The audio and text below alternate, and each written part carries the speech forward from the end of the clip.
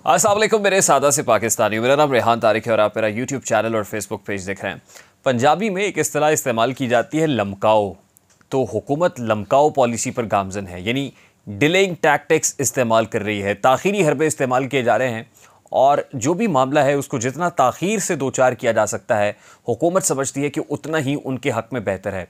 सबसे पहले तो असम्बलीज़ को डिज़ोल्व करने का फ़ैसला किया गया, यानी असम्बली अपनी मौत आप नहीं मरी, यानी असम्बली अपनी आइनी मुद्दत पूरी करने के बाद ख़त्म नहीं हुई, बल्कि गुज़श्ता रोज़ वज़ीर आज़म ने असम्बली तहलील की समरी सदर ममलिकत को भेजी और सदर ममलिकत ने उस समरी पर दस्तखत कर दिए, जिसके साथ ही असम्बली डिज़ोल्व हो गई। यानी अब इलेक्शन कमीशन ऑफ पाकिस्तान पर बाइंडिंग तो ये है कि वो 90 रोज़ में इंतखाबात कराएंगे। अगर असम्बली अपनी मुद्दत आप ख़त्म होती तो 60 रोज़ में इंतखाबात होते, यानी हुकूमत ने इस मामले को डिले किया, यानी जितना हुकूमत डिले कर सकती थी वो किया।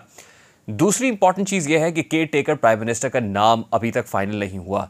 ये कहा गया गुज़श्ता रोज़ पार्लियामान में कि कंसल्टेशन होगी। वज़ीर आज़म ने यानी लीडर ऑफ द हाउस ने कहा कि मैं राजा रियाज साहब के साथ बैठूंगा और अपोजिशन लीडर ने यह कहा कि वो लीडर ऑफ द हाउस के साथ बैठकर कंसल्टेशन करेंगे। उस कंसल्टेशन का पहला दौर आज शुरू हो गया है, यानी 3 रोज़ आइनी तौर पर मौजूद हैं वज़ीर आज़म के पास भी और लीडर ऑफ द अपोजिशन के पास भी, को 3 दिन में मुशावरत करके, यानी 3 नाम अपोजिशन लीडर ने पेश करने हैं, 3 ही नाम वज़ीर आज़म पेश करेंगे। ये कोई बाइंडिंग नहीं है कि 3 ही नाम आएंगे, लेकिन 3 नाम तजवीज़ करने की ख़बर सामने आ रही है। और राजा रियाज साहब भी ये कह रहे हैं कि 3 नाम मैंने रखे हैं और 3 वज़ीर आज़म पाकिस्तान ने रखे हैं। तो वो मुलाकात जो गुज़श्ता 2 रोज़ से नहीं हो रही थी और बताया जा रहा था कि लीडर ऑफ द अपोजिशन राजा रियाज साहब बड़े मसरूफ़ हैं, तो वो आज अपनी मसरूफियत तर्क करके वज़ीर आज़म साहब से मुलाकात के लिए पहुँचे। सहाफ़ियों ने उनको घेरा भी, उनसे सवालात भी हुए। सवाल यही था कितने नाम रखेंगे। राजा रियाज ने कहा कि हम 3 नाम रखेंगे। मुलाकात के बाद राजा रियाज साहब बताते हैं कि 3 नाम मेरी तरफ से थे, 3 वज़ीर आज़म पाकिस्तान की तरफ से थे, लेकिन कोई ब्रेक थ्रू नहीं हो सका, इसलिए कल दोबारा मुलाकात करेंगे। लेकिन एक ख़बर जो बाहर आई वो ये है कि सादिक संजरानी का नाम भी लीडर ऑफ द अपोजिशन ने तजवीज़ किया है कि care taker prime minister Sadiq Sanjrani हो तो वो भी मौजू कैंडिडेट हैं।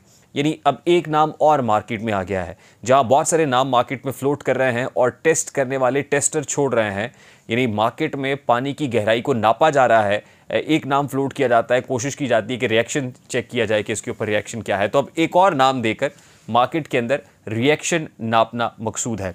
लेकिन सिंपल सी बात यह है कि सबसे पहले तो असम्बलीज़ तहलील हुई हैं और जब तक केयर टेकर प्राइम मिनिस्टर नहीं आता तब तक मौजूदा वज़ीर आज़म यानी शहबाज शरीफ साहब ही वज़ारत उज़्मा के ओहदे पर विराजमान रहेंगे। 3 रोज़ का वक्त है दोनों के पास, हिज़्ब इख्तलाफ में से लीडर ऑफ द अपोजिशन के पास, कायदे हिज़्ब इख्तलाफ के पास और वज़ीर आज़म के पास। अब ये 3 दिन भी अगर गुजर जाते हैं तो उसके बाद मामला पार्लिमानी कमेटीज़ को भेजा जाएगा और पार्लिमानी कमेटीज़ के पास 2 रोज़ मौजूद होंगे, यानी 4-4 रुकनी, अपोजिशन से 4 लोग होंगे, हुकूमत से 4 लोग होंगे।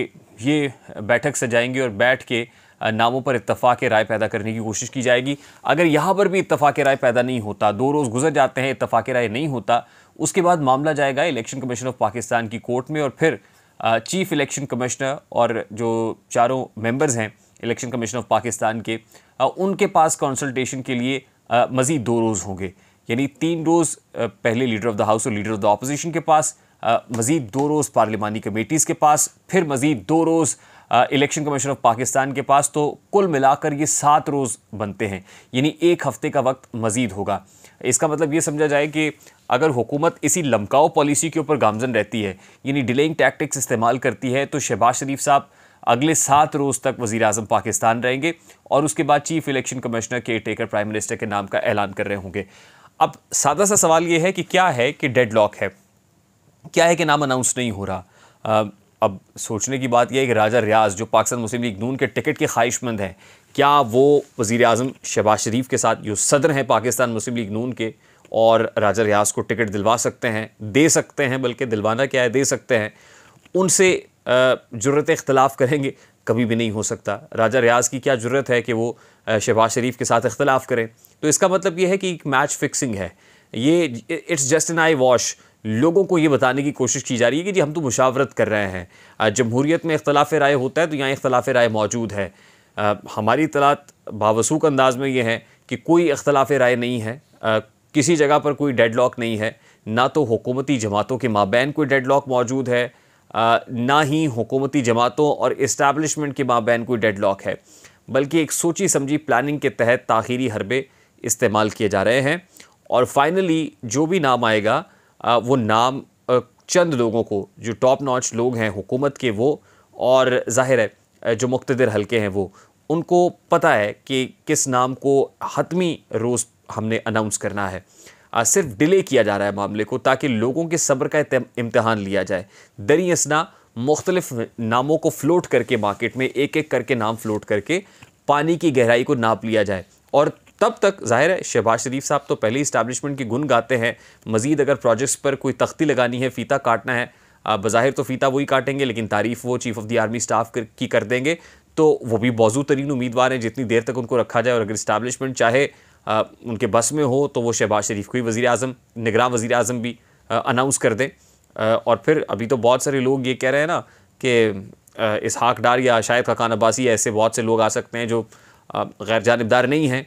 तो फिर क्या अमर माने है कि आप शहबाज शरीफ साहब को ही कंटिन्यू करा दें। आप कोई ऐसी जो है वो गुंजाइश निकाल लें कि शहबाज शरीफ साहब जो बड़े सूटेबल हैं, बड़े अप्रोप्रिएट हैं, उन्हीं को कहें कि मज़ीद कंटिन्यू कर लें। खैर ये तो पाकिस्तान में कब क्या हो जाए कुछ भी नहीं कहा जा सकता है।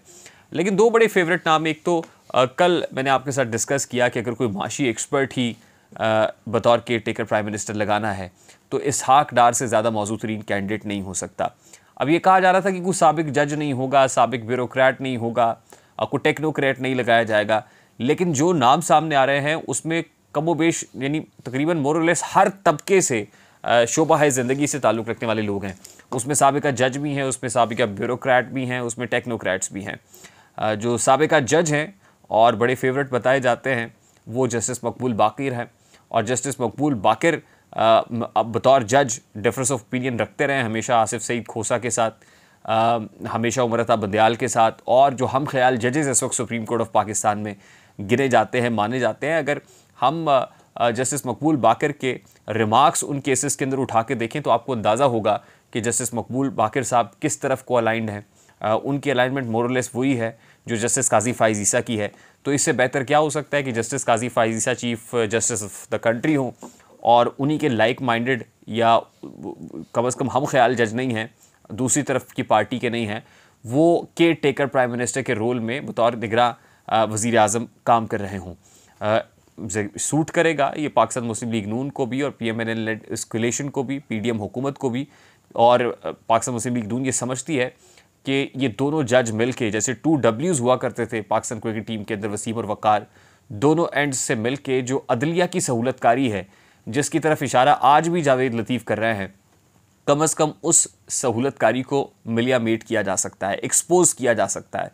जस्टिस मकबूल बाक़िर तो उस वक्त सिटिंग जज थे ना जिस वक्त ये सारा मामला चल रहा था, तो उनसे बेहतर इन मामलात को कौन जानता है, उनसे बेहतर जुडिशरी को कौन जानता है, बतौर इदारा अदलिया को कौन जानता है। और फिर उधर काजी फ़ाइज़ ईसा साहब हैं, तो ये डीओ बड़ा अच्छा हो सकता है। अब कुछ लोगों का ख्याल ये है, लेकिन अभी तक हम अपनी उस एनालिसिस के ऊपर तो कायम है कि इसहाक डार से ज़्यादा मौजूद कैंडिडेट कोई नहीं हो सकता अगर माशी मैदान को संभालना ही मकसूद है। लेकिन बात यह है कि अगर इसहाक डार है तो फिर हफीज़ शेख को क्यों बुला लिया गया है। तो अभी तक strong candidate care taker prime minister के नहीं बल्कि केयर टेकर फाइनेंस मिनिस्टर के हफीज़ शेख ज़रूर बताए जा रहे हैं। वो भी इसलिए कि इंटरनेशनल इस्टेब्लिशमेंट के उम्मीदवार भी हैं, IMF के साथ मामलात को भी अच्छे तरीके से टैकल और हैंडल कर सकते हैं।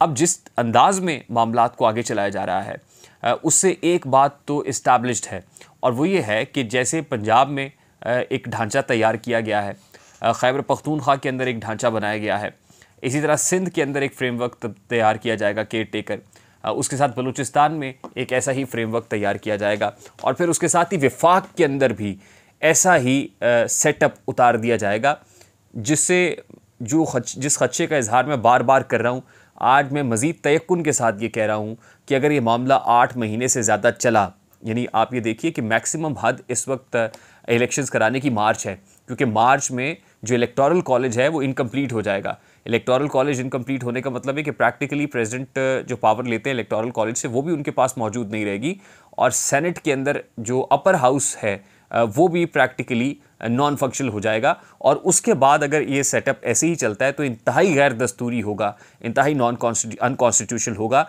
इसका मतलब ये कि मार्च तक की लिमिट है, उसके बाद हर चीज़ गैर दस्तूरी हो जाएगी।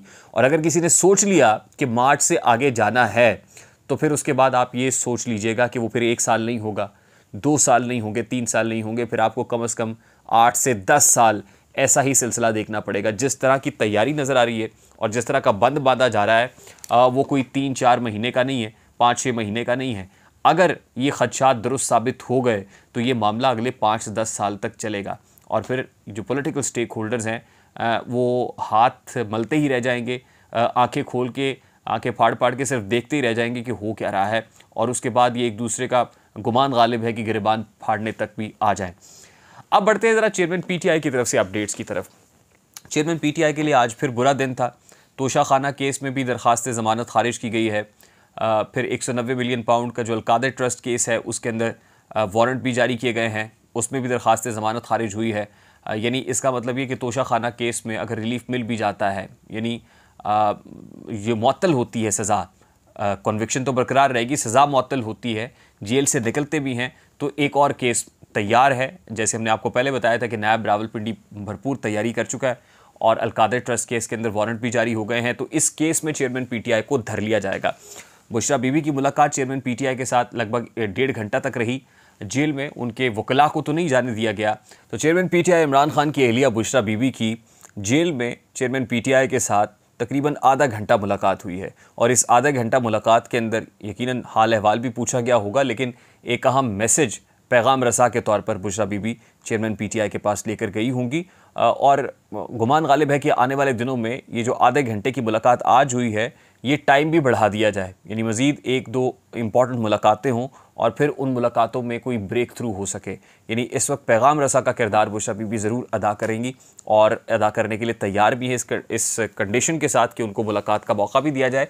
और यही वजह है कि बुशरा बीबी से अभी नरमी बरती जा रही है। अलकादर ट्रस्ट केस में चेयरमैन पीटीआई की दरख्वास्त ज़मानत ज़रूर खारिज हुई है, लेकिन बुशरा बीबी पर जो है हाथ डलता हुआ अभी तक दिखाई नहीं दे रहा। उनका नाम अभी इसमें शामिल नहीं है। ये मामला फिर के लिए छोड़ दिया गया है, यानी अभी उनके ऊपर तलवार लटकती रहेगी और उनसे जो काम लेना मकसूद है ताकतवर हलकों की तरफ से, वो काम लिया जाता रहेगा। चाहे जाए कि कोई अब डील हो जाए या कोई ढील मिल जाए, ये अलग बात है, लेकिन अगर डील और ढील भी मिलेगी तो उन कंडीशंस में मिलेगी जो कंडीशंस बहुत देर से ताकतवर हल्के चेयरमैन पीटीआई के पास सामने रख रहे हैं, लेकिन वो उन कंडीशंस को फुलफिल करने के लिए तैयार नहीं है। और फिर इस मैसेंजर के गिर्द जो शिकंजा सख्त नहीं किया जा रहा है, यानी बुशरा बीबी को नहीं धरा जा रहा है या उनके जो वारंट है वो जारी नहीं किए जा रहे हैं, वो भी किसी यकीन दहानी के तहत हैं कि इनको रखा जाए, इनके ज़रिए से पैगाम रसानी की जाए। और इस वक्त बुशरा बीबी ही वो किरदार हैं जिनकी बात सबसे ज़्यादा चेयरमैन पीटीआई मानते हैं। तो हो सकता है आने वाले दिनों में बुशरा बीबी चेयरमैन पीटीआई को कायल करने को तैयार हो जाएं। और अगर चेयरमैन पीटीआई कायल हो जाते हैं उन शराइत के ऊपर कि जो मुक़्तदर हलकों की शराइत हैं, तो फिर आपको चेयरमैन पीटीआई के लिए कुछ ढील होती हुई या उनको कुछ ढील मिलती हुई नज़र आ रही होगी। लेकिन उस ढील का मतलब ये नहीं होगा कि उनकी डिस्क्वालिफिकेशन ख़त्म हो जाए या वो पॉलिटिकल प्रोसेस के अंदर वापस आ जाएं या बैलेट पेपर के ऊपर वापस आ जाएं। हाँ, उस ढील से ये होगा कि बुशरा बीबी कम से कम उनके जो खदशात है कि उनको जहर ना दे दिया जाए, मार ना दिया जाए, उनकी जान को ख़तरा है, ब्लड प्रेशर बहुत ऊपर है, हालात बड़े दिगरगू हैं, क्योंकि वो आके बता रही हैं कि वहाँ पर हालात कुछ अच्छे नहीं हैं C कैटेगरी की जेल के अंदर। तो हो सकता है कि वो इन हालात में चेयरमैन पीटीआई के लिए कुछ नरमी निकलवाने में कामयाब हो जाएं। बहरकैफ आने वाले दिन बड़े इंपॉर्टेंट होंगे चेयरमैन पीटीआई के लिए भी और मुल्की सियासी नक्शे के लिए भी। मुझे रेहान तारिक को इजाज़त दीजिए, अपना बहुत सारा ख्याल रखिएगा। अस्सलाम वालेकुम।